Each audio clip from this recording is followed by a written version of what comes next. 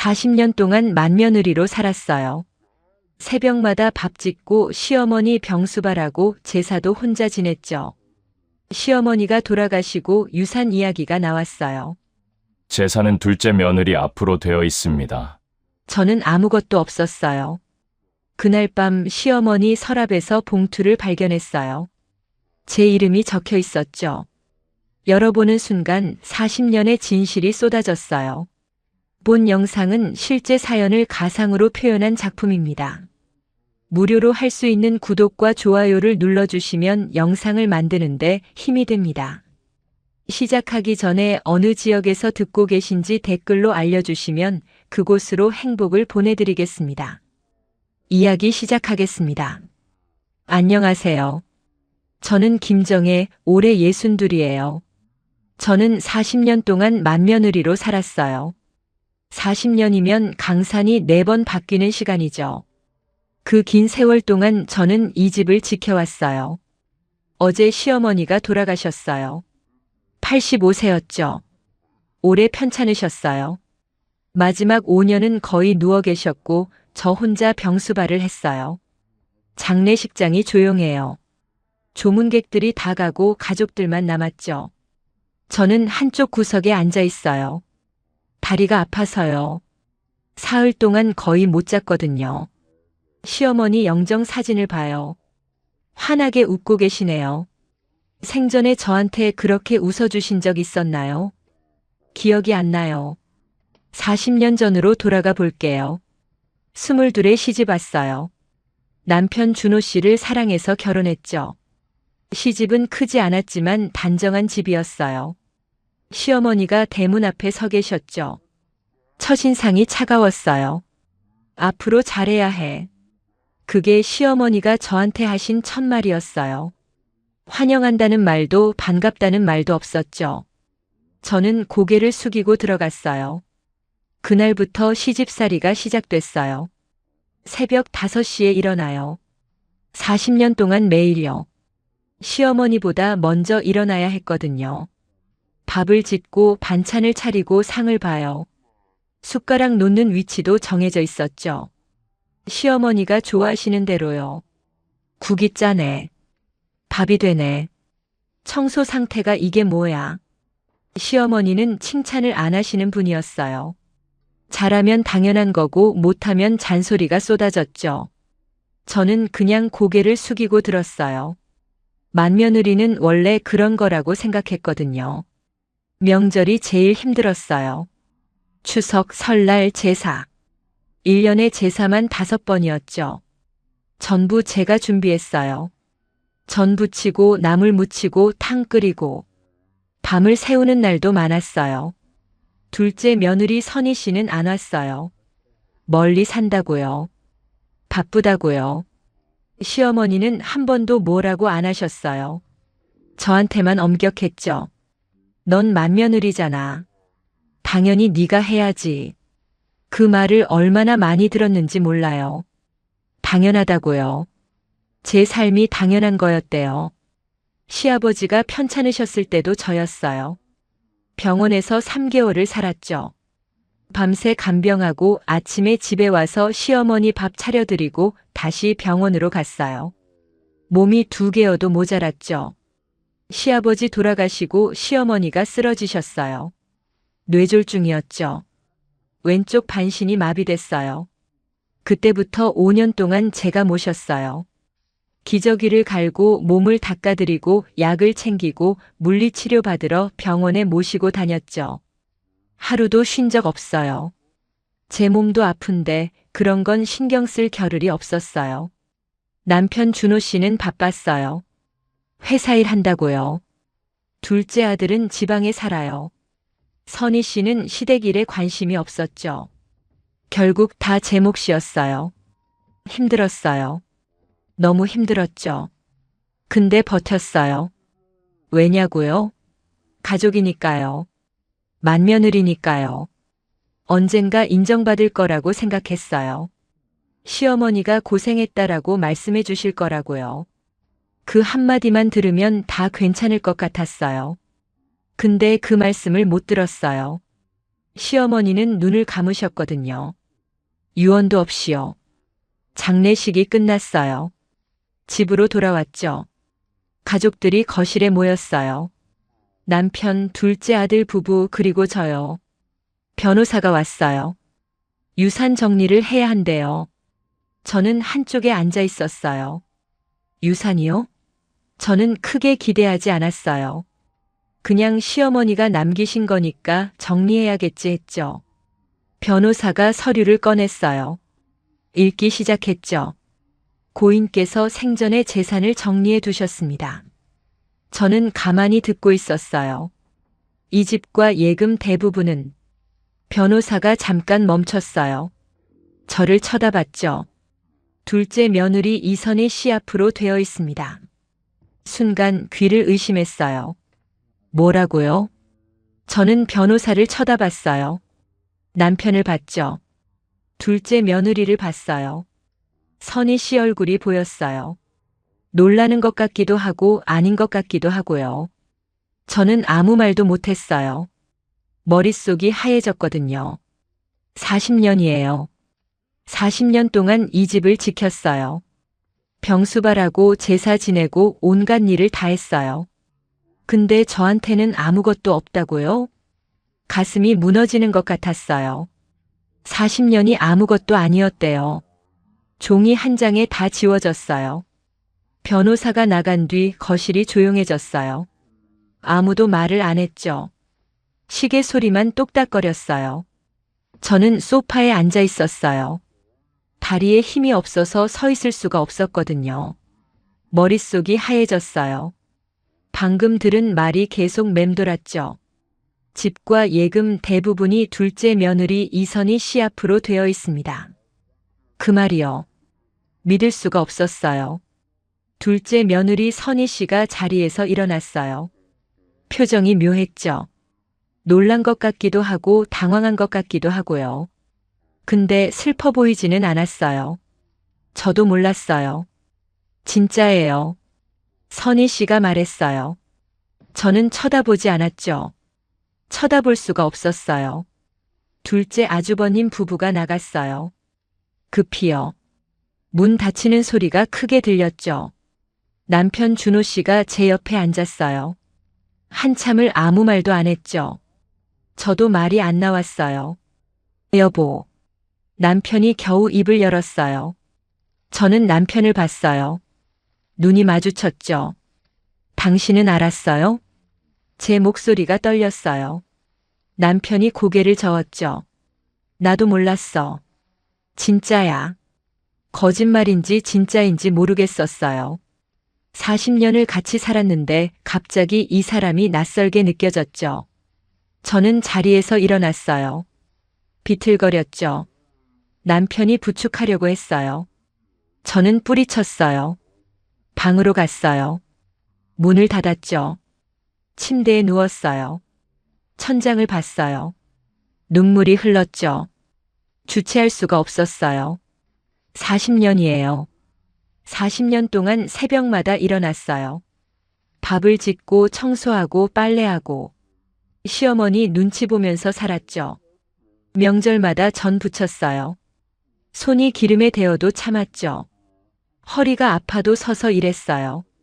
시아버지 병수발 3개월 했어요. 시어머니 병수발 5년 했죠. 기저귀 갈고 몸 닦아드리고 약 먹여드리고 제 몸이 망가지는 줄도 모르고 했어요. 근데 아무것도 없대요. 제가 뭐였던 거예요? 이 집에서 제자리가 뭐였던 거예요? 밤새 울었어요. 소리 죽여서요. 남편한테 들리기 싫었거든요. 아침이 밝았어요. 저는 거울을 봤죠. 얼굴이 푹 꺼져 있었어요. 눈이 퉁퉁 부었고요. 부엌으로 갔어요. 습관이에요. 40년 동안 새벽마다 부엌에 갔으니까요. 근데 오늘은 달랐어요. 밥을 지을 이유가 없었거든요. 시어머니가 안 계시잖아요. 저는 부엌에 서서 한참을 멍하니 있었어요. 텅 빈 느낌이었죠. 남편이 내려왔어요. 저를 보더니 조심스럽게 다가왔죠. 여보, 밥 먹어야지. 저는 대답하지 않았어요. 여보, 나는 뭐였어요? 제가 물었어요. 목소리가 갈라졌죠. 남편이 아무 말도 못했어요. 40년 동안 이 집에서 뭐 했던 거예요? 종이었어요? 가정부였어요? 눈물이 또 났어요. 참으려고 했는데 안 됐죠. 왜 나한테는 아무것도 안 남긴 거예요? 내가 뭘 잘못한 거예요? 남편이 저를 안으려고 했어요. 저는 밀어냈죠. 말해봐요. 내가 뭘 잘못했는데. 남편이 고개를 숙였어요. 대답을 못했죠. 저는 거실로 갔어요. 주저앉았죠. 바닥에 앉아서 울었어요. 한참을 울었어요. 남편이 옆에 서 있었죠. 아무 말도 못하고요. 그때 남편이 조심스럽게 말했어요. 여보, 나도 이상해서 확인해 봤어. 저는 고개를 들었어요. 어머니 방 서랍에 서류가 더 있대. 서류요? 응. 변호사가 빠뜨린 게 있나 봐. 당신 이름이 적힌 서류가 있다고 했어. 제 이름이 적힌 서류요? 저는 자리에서 일어났어요. 시어머니 방으로 갔죠. 남편이 따라왔어요. 시어머니 방이에요. 40년 동안 청소하고 빨래 개어넣고 이불 정리했던 방이죠. 냄새가 익숙했어요. 서랍장 앞에 섰어요. 손이 떨렸죠. 천천히 서랍을 열었어요. 오래된 통장이 보였어요. 편지 봉투도 있었죠. 그리고 노란색 봉투 하나가 눈에 들어왔어요. 봉투 겉면에 글씨가 적혀 있었어요. 맏며느리 정혜에게. 심장이 쿵쾅거렸어요. 저는 떨리는 손으로 봉투를 집어들었어요. 어떤 비밀은 알지 않는 게 나을 때도 있어요. 근데 저는 알아버렸죠. 봉투를 열었어요. 손이 떨려서 종이가 바스락거렸죠. 안에 여러 장의 서류가 들어있었어요. 첫 번째는 오래된 통장이었어요. 시어머니 이름으로 된 통장이죠. 펼쳐봤어요. 거래 내역이 빼곡했죠. 눈이 커졌어요. 매달 돈이 빠져나가고 있었거든요. 200만 원, 300만 원, 500만 원. 수십 년 동안 계속요. 받는 사람 이름을 봤어요. 둘째 아들이었죠. 저는 계산해 봤어요. 대충 더해봐도 수억 원이었어요. 근데 이상했어요. 시어머니한테 그렇게 많은 돈이 어디서 났을까요? 두 번째 서류를 봤어요. 또 다른 통장이었죠. 이건 제 이름으로 된 통장이었어요. 제 통장이요? 저는 이런 통장 만든 적 없는데요. 펼쳐봤어요. 입금 내역이 있었죠. 매달 돈이 들어오고 있었어요. 금액을 보니까요, 제가 시어머니한테 드렸던 생활비랑 똑같았어요. 저는 매달 시어머니한테 생활비를 드렸거든요. 150만 원씩이요. 40년 동안요. 그게 이 통장으로 들어온 거예요. 근데 이상했어요. 이 통장에서 돈이 빠져나가고 있었거든요. 둘째 아들 통장으로요. 저는 머리가 복잡해졌어요. 계산을 해봤죠. 제가 드린 생활비가 시어머니 통장으로 들어가고 그 돈이 다시 둘째 아들한테 넘어간 거였어요. 40년 동안요. 제가 힘들게 번 돈이요. 시어머니 모시라고 드린 돈이요. 그게 전부 둘째한테 간 거였어요. 손이 떨렸어요. 눈앞이 흐려졌죠. 세 번째 서류를 봤어요. 편지였죠. 시어머니 글씨였어요. 삐뚤빼뚤한 글씨요. 뇌졸중 오시기 전에 쓰신 것 같았어요. 읽기 시작했어요. 맏며느리에게. 네가 이 편지를 읽는다면 내가 세상을 떠난 뒤겠구나. 할 말이 있어서 남긴다. 40년 동안 고생 많았다. 알고 있다. 네가 이 집을 지켜온 거. 새벽마다 일어나서 밥 짓고 청소하고 나 병수발한 거 다 알아. 근데 말을 못했다. 고맙다는 말을. 그게 어려웠어. 넌 강한 사람이라 믿었다. 그래서 더 의지했다. 힘들어도 버틸 거라고 생각했다. 둘째는 달랐어. 약한 애였거든. 사업 실패하고 빚지고 맨날 손 벌렸다. 그래서 도와줬다. 네가 보낸 돈으로. 저는 손이 떨려서 편지를 잡기 힘들었어요. 근데 계속 읽었죠. 미안하다. 네 돈인 줄 알면서 썼다. 넌 강하니까 괜찮을 거라고 생각했다. 둘째는 내가 안 도와주면 안 될 것 같았거든. 이 집은 네가 지켜온 집이다. 그건 안다. 근데 재산은 둘째한테 줘야 했다. 걔가 없으면 못 사니까. 용서해라. 이 못난 시어머니를. 편지가 거기서 끝났어요. 저는 한참 동안 편지를 들고 있었어요. 눈물이 떨어졌죠. 종이 위로요. 강하니까요. 버틸 거라고요. 그래서 제 돈을 빼돌린 거예요. 40년 동안요. 저는 강한 게 아니었어요. 참은 거였죠. 맏며느리니까 참은 거예요. 가족이니까 버틴 거고요. 근데 그게 이용당한 거였네요. 서랍 안을 더 뒤졌어요. 또 다른 서류가 나왔죠. 유언장이었어요. 근데 변호사가 읽어준 거랑 달랐어요. 날짜가 더 최근이었죠. 읽어봤어요. 이 집은 맏며느리 김정혜에게 남긴다. 평생 이 집을 지켜온 사람이니까. 저는 눈을 의심했어요. 시어머니가 마지막에 마음을 바꾸신 거였어요. 재산을 저한테 주려고 하셨던 거죠. 근데 이 유언장은 아무도 몰랐어요. 서랍 속에 숨겨져 있었으니까요. 누가 이걸 숨긴 걸까요? 저는 모든 서류를 챙겼어요. 통장, 편지, 유언장. 전부요.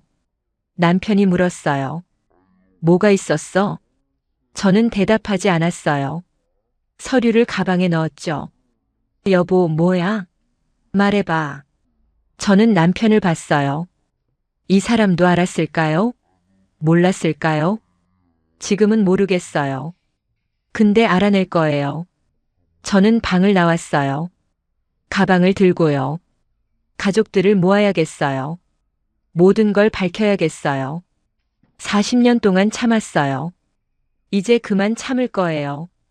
진실은 무겁지만 침묵은 더 무거워요. 저는 40년 만에 입을 열기로 했죠. 가족들을 불러 모았어요. 남편, 둘째 아들 부부요. 49제 지내기 전에 할 말이 있다고 했죠. 다들 의아해하면서 왔어요. 거실에 모였어요. 저는 테이블 앞에 앉았죠. 가방에서 봉투를 꺼냈어요. 두툼한 봉투요. 테이블 위에 내려놓았죠. 둘째 며느리 선희 씨가 저를 쳐다봤어요. 불안한 눈빛이었죠. 저는 천천히 입을 열었어요. 40년 동안 이 집에서 살았어요. 새벽마다 일어나서 밥 짓고 청소하고 시부모님 모시고요. 명절마다 제사 지내고 병수발도 했죠. 아무도 말이 없었어요. 근데 어머니가 돌아가시고 나니까 저한테 남은 게 없더라고요. 재산은 전부 둘째한테 갔고 저는 아무것도 없었죠. 둘째 아들이 뭐라고 하려고 했어요. 저는 손을 들어 막았죠. 아직 안 끝났어요. 봉투에서 서류를 꺼냈어요. 첫 번째는 통장 내역이었죠. 이거 보세요. 어머니 통장에서 매달 돈이 빠져나갔어요. 200만 원, 300만 원, 500만 원. 수십 년 동안요. 전부 둘째한테 갔죠. 둘째 아들 얼굴이 굳어졌어요. 계산해 봤어요. 총 5억 원이 넘어요. 선희 씨가 숨을 들이쉬었어요. 근데 그 돈이 어디서 났는지 아세요? 저는 두 번째 서류를 꺼냈어요. 제가 어머니한테 드린 생활비예요. 매달 150만 원씩. 40년 동안요. 제가 드린 돈이 어머니 통장으로 들어가고 그게 다시 둘째한테 넘어간 거예요. 남편 얼굴이 하얘졌어요. 제 돈이었어요. 제가 힘들게 번 돈이요. 시어머니 모시라고 드린 건데 그게 전부 둘째한테 간 거예요. 둘째 아들이 입을 열었어요. 형수님, 그건 알고 있었어요? 제가 물었어요. 둘째 아들이 입을 다물었죠. 어머니가 도와주신 거 알고 있었어요? 그 돈이 어디서 나오는지도요? 둘째 아들이 고개를 숙였어요. 대답이 없었죠. 그게 대답이었어요. 저는 세 번째 서류를 꺼냈어요. 시어머니가 쓴 편지였죠. 어머니가 남긴 편지예요. 읽어볼게요. 편지를 읽었어요. 제가 강한 사람이라서 의지했다는 말, 둘째가 약해서 도와줬다는 말, 제 돈인 줄 알면서 썼다는 말. 전부요. 읽으면서 목소리가 떨렸어요. 근데 끝까지 읽었죠. 거실이 조용했어요. 아무도 말을 못했죠.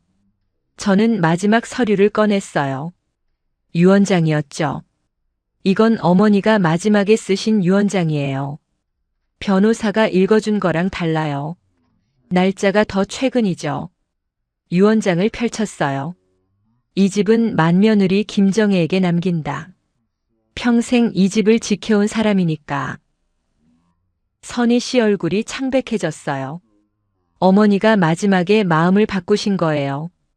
재산을 저한테 주려고 하셨죠. 근데 이 유언장은 서랍 속에 숨겨져 있었어요. 저는 선혜 씨를 봤어요. 누가 숨긴 건지는 모르겠어요. 알고 싶지도 않고요. 선희 씨가 고개를 돌렸어요. 저는 서류를 테이블 위에 내려놓았어요. 그리고 자리에서 일어났죠. 저는 재산 때문에 이러는 게 아니에요. 가족들을 둘러봤어요. 40년 동안 이 집을 지켰어요. 강한 사람이라서가 아니에요. 가족이니까 참은 거예요. 맏며느리니까 버틴 거고요. 목소리가 떨렸지만 계속했어요. 근데 그게 이용당한 거였네요. 제 돈 빼돌리면서 저한테는 고맙다는 말 한마디 없었어요. 남편이 저를 봤어요. 눈에 눈물이 고여 있었죠. 여보, 당신도 몰랐어요? 진짜로? 남편이 대답하지 못했어요. 저는 고개를 저었어요. 이제 그만할게요. 가방을 들었어요. 40년 동안 이 집 지켰어요. 이제 제 인생 살래요. 현관으로 걸어갔어요. 뒤에서 남편이 불렀어요. 여보, 어디 가는 거야? 여보. 저는 멈추지 않았어요. 신발을 신었죠. 저 이제 더는 모시지 않을게요.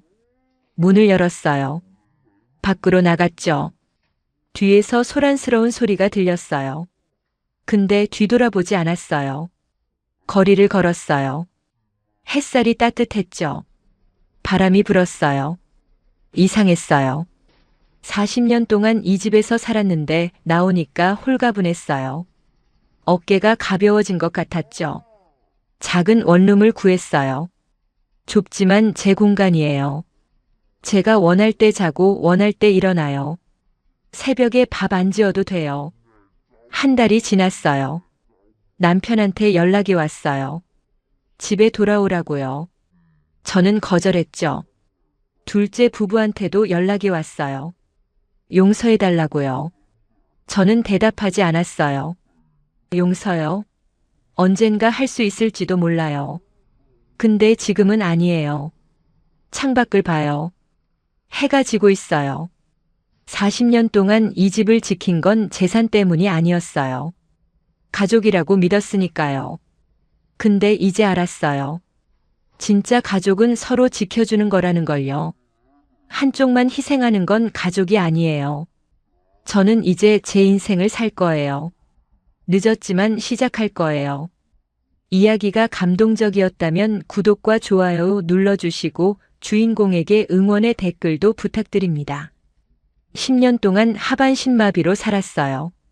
남편이 저를 돌봐줬죠. 오늘 남편이 강원도 깊은 산골짜기에 저를 데려다 놓고 갔어요. 차 돌려올게라는 말을 남기고요. 차가 점처럼 작아지는 걸 봤어요. 돌아오지 않았죠. 버려진 거예요. 인적 없는 산속에요. 저는 주변을 둘러봤어요. 아무도 없는 걸 확인하고 천천히 휠체어에서 일어났죠. 사실 3년 전부터 걸을 수 있었거든요. 본 영상은 실제 사연을 가상으로 표현한 작품입니다. 무료로 할 수 있는 구독과 좋아요를 눌러주시면 영상을 만드는데 힘이 됩니다. 시작하기 전에 어느 지역에서 듣고 계신지 댓글로 알려주시면 그곳으로 행복을 보내드리겠습니다. 이야기 시작하겠습니다. 안녕하세요. 저는 이수진, 올해 47이에요. 저는 10년 동안 걷지 못했어요. 교통사고 때문이죠. 하반신마비라고 했어요.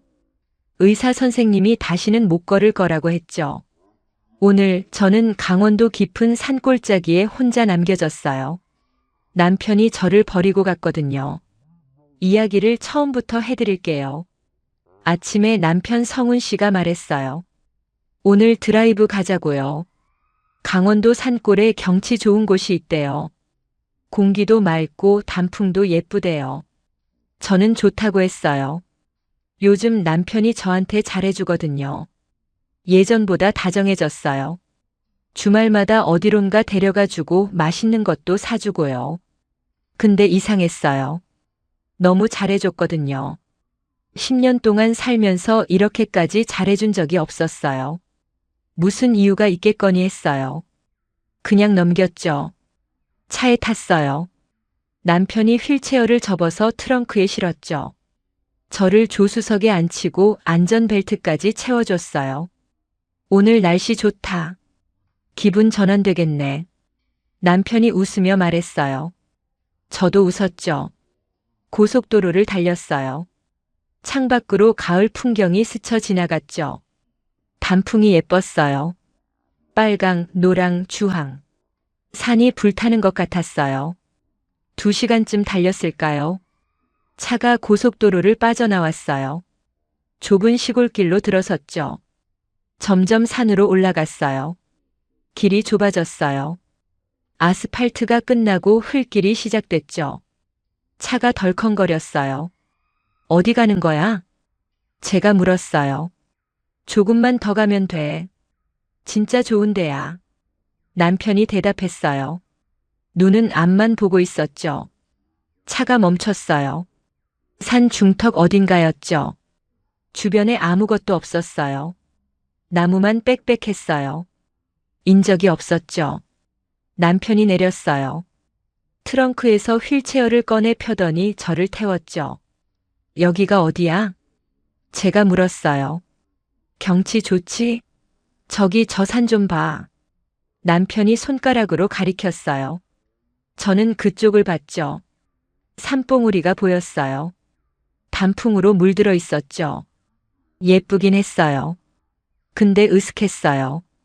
사람이 한 명도 없었거든요. 남편이 휠체어를 밀어서 나무 밑에 세워줬어요. 경치가 잘 보이는 자리였죠. 잠깐 여기 있어. 차 좀 돌려올게. 남편이 말했어요. 차 돌린다고? 응. 이 길이 좁아서 여기서 돌려야 해. 금방 올게. 남편이 돌아섰어요. 차로 걸어갔죠.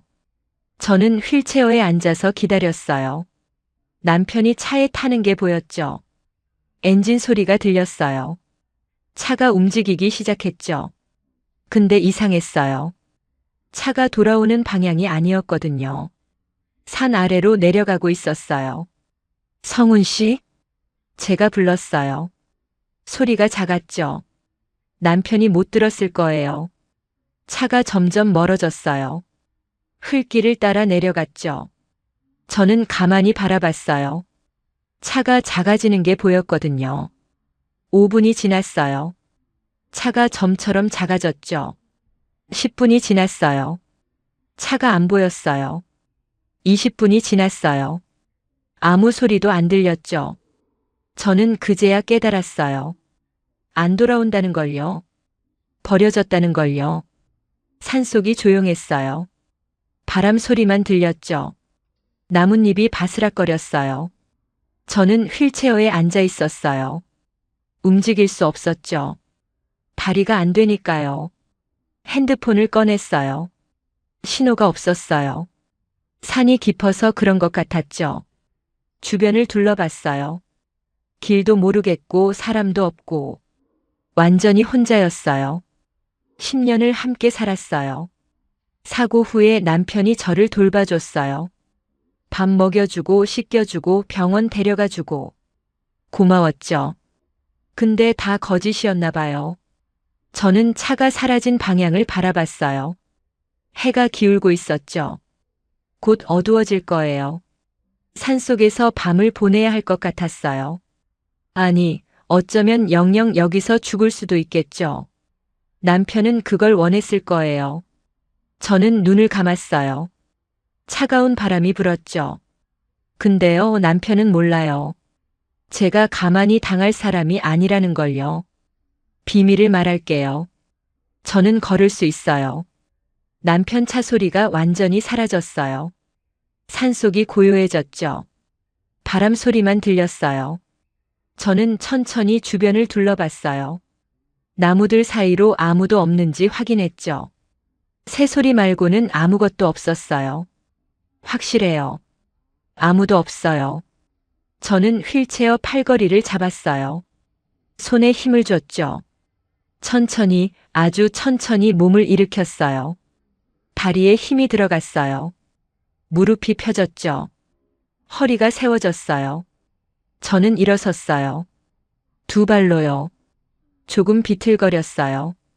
오래 앉아 있었으니까요. 근데 분명히 서 있었어요. 휠체어 옆에서 두 다리로 버티고 있었죠. 10년 동안 못 걸었다고 했죠? 거짓말이에요. 정확히 말하면 3년 전부터 걸을 수 있었어요. 사고 후에 재활치료를 받았어요. 의사 선생님이 가능성이 없다고 했지만 포기하지 않았죠. 매일 몰래 운동했어요. 남편이 출근하면 조금씩 다리를 움직였어요. 3년이 걸렸어요. 처음에는 발가락 하나 움직이는 것도 힘들었죠. 그 다음엔 발목이 돌아갔어요. 무릎이 굽혀졌고 결국 일어설 수 있게 됐어요. 기적이었죠. 의사 선생님도 놀랐어요. 드문 케이스라고 했죠. 근데 저는 남편한테 말하지 않았어요. 왜냐고요? 그때쯤 알게 됐거든요. 남편이 뭘 하고 있었는지요. 3년 전 어느 날이었어요. 남편이 출근한 줄 알고 거실로 나갔어요. 몰래 걷기 연습을 하려고요. 근데 남편이 서재에 있었어요. 문이 살짝 열려 있었죠.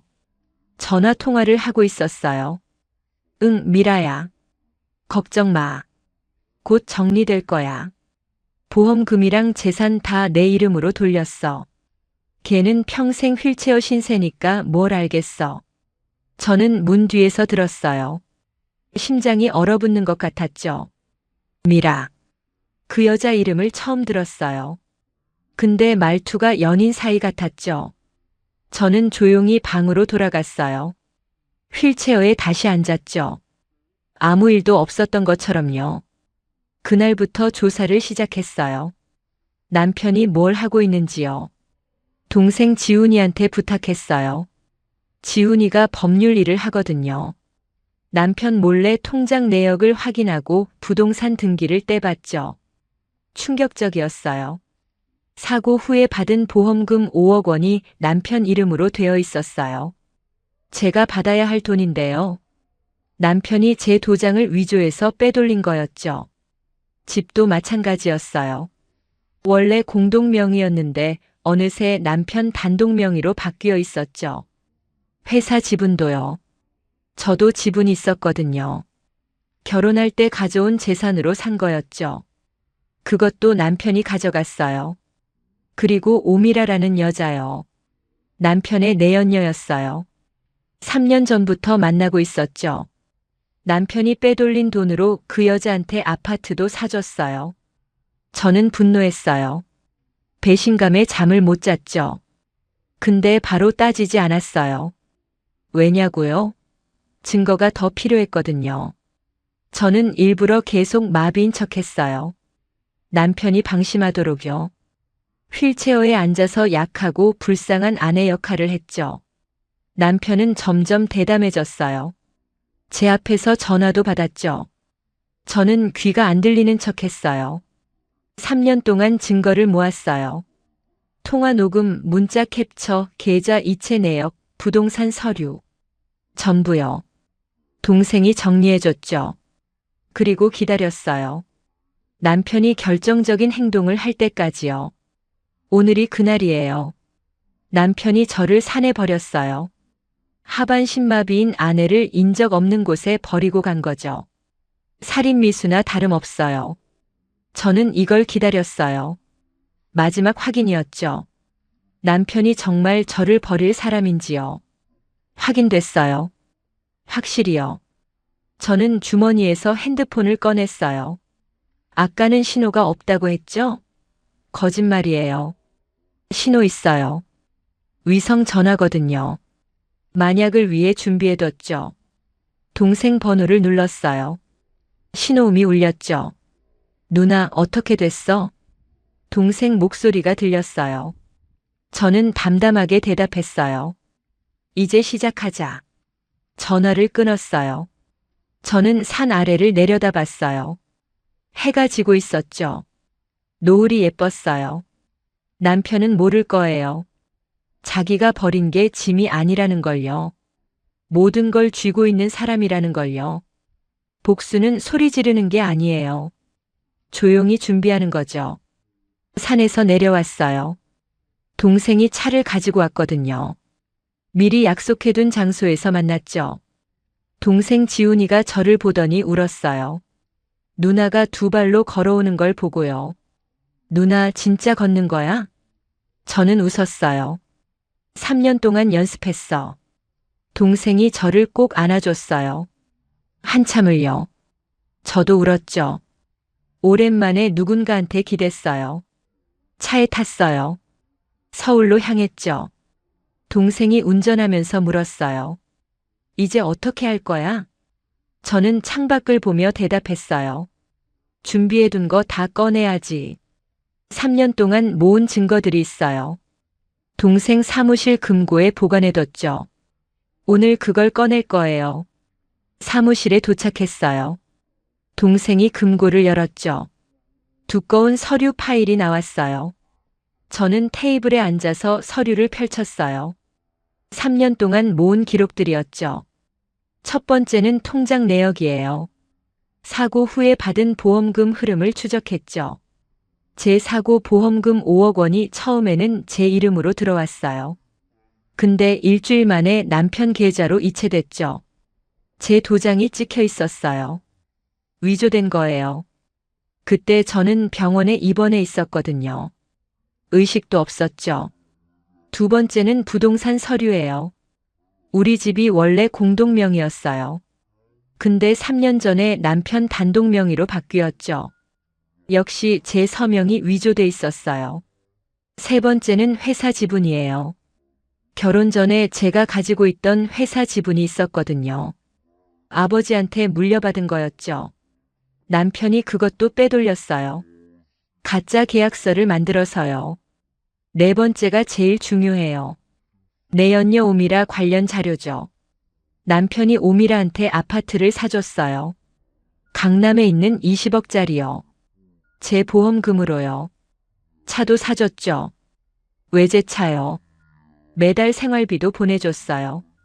500만 원씩요. 사진도 있어요. 남편이랑 오미라가 같이 찍은 사진이요. 해외여행 간 사진, 레스토랑에서 찍은 사진, 호텔에서 나오는 사진. 전부 흥신소에서 찍어준 거예요. 통화 녹음도 있어요. 남편이 오미라한테 전화하는 걸 몰래 녹음했죠. 저를 어떻게 처리할지 의논하는 내용이에요. 그 여자 어차피 평생 휠체어야. 조금만 더 참으면 돼. 재산 다 정리되면 우리 같이 살자. 남편 목소리가 또렷이 녹음돼 있었어요. 들을 때마다 가슴이 찢어지는 것 같았죠. 저는 일부러 약한 척했어요. 3년 동안요. 남편이 완전히 방심하도록요. 귀가 잘 안 들린다고 했어요. 눈도 침침하다고 했죠. 정신도 흐릿한 척했어요. 남편은 저를 완전히 무시했어요. 제 앞에서 전화도 받고 서류도 받죠. 저를 투명인간 취급했어요. 덕분에 많은 걸 알 수 있었어요. 남편이 뭘 계획하고 있는지요. 남편은 저를 버리고 오미라랑 새 출발을 하려고 했어요. 제 재산을 다 가지고요. 저는 산속에서 죽든 말든 상관없었겠죠. 근데 한 가지 몰랐을 거예요. 제가 다 알고 있었다는 걸요. 동생이 서류를 정리했어요. 법적 절차를 밟을 준비가 됐죠. 누나, 이 정도면 충분해. 사기죄, 횡령죄, 문서 위조죄, 유기죄까지. 감옥 가기 딱 좋아. 저는 고개를 끄덕였어요. 근데 그것만으로는 부족해. 동생이 저를 봤어요. 남편 회사도 털어야 해. 거기도 분명히 문제가 있을 거야. 남편이 운영하는 회사가 있어요. 중견기업이죠. 근데 최근에 이상한 소문이 있었어요. 세금을 제대로 안 냈다는 거요. 불법 하청도 했다는 얘기가 있었죠. 저는 그것도 조사해뒀어요. 증거가 있죠. 회계 장부 사본, 내부 고발자 증언, 탈세 자료. 전부요. 내일 경찰에 고소장 넣자. 그리고 국세청에도 신고하고, 기자한테도 자료 보내고. 동생이 고개를 끄덕였어요. 알았어, 누나. 내가 다 준비할게. 저는 창밖을 봤어요. 밤이 깊어가고 있었죠.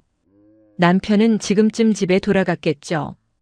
아내를 산에 버리고 편하게 잠들었을 거예요. 내일부터 자유라고 생각하면서요. 근데 몰라요. 내일이 자유가 아니라 지옥의 시작이라는 걸요. 저는 휴대전화를 들었어요. 남편 번호를 봤죠. 전화할까 말까 고민했어요. 아니요. 아직이에요. 얼굴 보고 말해야죠. 저는 전화기를 내려놓았어요. 그리고 웃었죠. 곧 만나요, 여보. 세상이 뒤집어지는 데는 일주일이면 충분해요. 고소장을 넣은 지 사흘 만에 경찰이 움직였어요. 남편 회사에 압수수색이 들어갔죠. 국세청 조사도 시작됐어요. 기자들이 회사 앞에 몰려들었죠. 뉴스에 남편 얼굴이 나왔어요. 충격적인 표정이었죠. 카메라 플래시를 맞으며 경찰서로 끌려가고 있었어요. 중견기업 대표 아내 유기 및 재산 횡령 혐의로 체포. 저는 텔레비전을 보면서 커피를 마셨어요. 담담했죠. 오래 기다렸거든요. 내연녀 오미라도 잡혀갔어요. 공범이래요. 남편이 빼돌린 재산을 받은 혐의가 있대요. 강남 아파트랑 외제차 전부 압류됐죠. 일주일이 지났어요. 남편이 구치소에서 나왔어요. 보석으로요. 재판 전까지 풀려난 거죠. 저는 그 소식을 듣고 결심했어요. 직접 만나야겠다고요. 병원 앞에서 만나기로 했어요. 저를 10년 동안 돌봐준 척했던 그 병원이요. 남편한테 연락했죠. 마지막으로 할 말이 있다고요. 남편이 왔어요. 얼굴이 푹 꺼져 있었죠. 눈 밑에 다크서클이 짙었고 수염도 지저분했어요. 일주일 만에 10년은 늙어 보였죠. 저는 병원 로비에서 기다리고 있었어요. 휠체어에 앉아서요. 마지막으로 이 모습을 보여주려고요. 남편이 다가왔어요. 눈이 충혈되어 있었죠. 수진아, 이게 다 네가 한 거야? 저는 대답하지 않았어요. 그냥 남편을 올려다봤죠. 왜 이래? 10년 동안 내가 널 돌봤잖아. 밥 먹여주고 씻겨주고 병원 데려다주고. 남편 목소리가 떨리고 있었어요. 분노인지 두려움인지 모르겠었죠. 저는 천천히 휠체어 팔걸이를 잡았어요. 손에 힘을 줬죠. 그리고 일어섰어요. 두 발로요. 남편 얼굴이 하얘졌어요. 눈이 커지고 입이 벌어졌죠. 믿을 수 없다는 표정이었어요. 저는 남편 앞에 똑바로 섰어요. 같은 눈높이에서 바라봤죠. 10년 만에 처음이었어요. 수진아, 너 3년 전부터 걸을 수 있었어요. 남편이 뒤로 물러섰어요. 당신이 보험금 빼돌리는 거 알고 나서요. 일부러 계속 마비인 척했죠. 당신이 뭘 하는지 보려고요. 남편 다리가 후들거렸어요. 그리고 기다렸어요. 당신이 결정적인 행동을 할 때까지요. 저는 한 발 다가갔어요. 산에 버려진 그날 있죠? 그거 제가 유도한 거예요. 당신이 저를 버리게 만든 거죠. 남편이 주저앉을 것 같았어요. 벽에 기대 섰죠. 왜 그런 짓을? 왜냐고요? 저는 웃었어요. 쓸쓸한 웃음이었죠. 10년 동안 저한테 뭘 했는지 알잖아요. 제 돈 빼돌리고 다른 여자 만나고 저를 짐처럼 취급했잖아요. 남편이 아무 말도 못했어요. 당신이 나를 버린 게 아니에요. 저는 담담하게 말했어요. 내가 당신을 놓은 거예요. 그 말에 남편 얼굴이 일그러졌어요. 울음이 터질 것 같은 표정이었죠. 수진아, 미안해. 정말 미안해. 내가 잘못했어. 다시 시작하자. 제발. 남편이 무릎을 꿇었어요. 병원 로비에서요. 사람들이 쳐다보고 있었죠. 저는 남편을 내려다봤어요. 10년 동안 올려다보기만 했던 그 사람을요. 늦었어요. 저는 돌아섰어요. 당신이 버린 건 짐이 아니었어요. 모든 걸 쥐고 있던 사람이었죠. 그리고 걸어갔어요. 두 발로요. 당당하게요. 뒤에서 남편이 뭐라고 외쳤어요. 저는 듣지 않았죠. 멈추지도 않았고요. 병원 문을 열고 나왔어요. 밖은 햇살이 따뜻했어요. 동생이 차를 가지고 기다리고 있었죠. 누나, 어떻게 됐어? 저는 조수석에 앉으며 대답했어요. 끝났어. 차가 출발했어요. 창밖으로 병원이 멀어져 갔죠. 남편이 로비에서 나오는 게 보였어요. 저를 찾는 것 같았죠. 저는 앞만 봤어요. 더 이상 뒤돌아보지 않았죠. 한 달 후 남편 재판이 시작됐어요.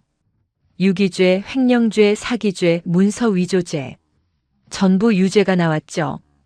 징역 7년이 선고됐어요. 회사는 망했어요. 탈세 때문에요. 직원들은 다 나갔고 건물도 팔렸죠. 내연녀 오미라도 집행유예를 받았어요. 아파트랑 차는 제가 돌려받았죠. 원래 제 돈으로 산 거니까요. 저는 지금 혼자 살아요. 작은 아파트에서요. 동생이 가끔 찾아오죠. 아침에 일어나서 걸어요. 두 발로요. 매일 운동해요. 3년 동안 몰래 했던 것처럼요. 가끔 산을 봐요. 강원도 그 산이 떠오르죠. 버려졌던 그날이요. 근데 이상해요. 이제는 안 무서워요. 그날이 제 새 시작이었거든요. 복수는 끝났어요. 시원하냐고요? 글쎄요. 그냥 담담해요. 중요한 건 다른 거예요. 이제 제 삶을 산다는 거요. 누구한테 기대지 않고 제 두 발로요. 창밖을 봐요. 해가 뜨고 있어요. 오늘도 걸어야죠. 이야기가 감동적이었다면 구독과 좋아요 눌러주시고 주인공에게 응원의 댓글도 부탁드립니다.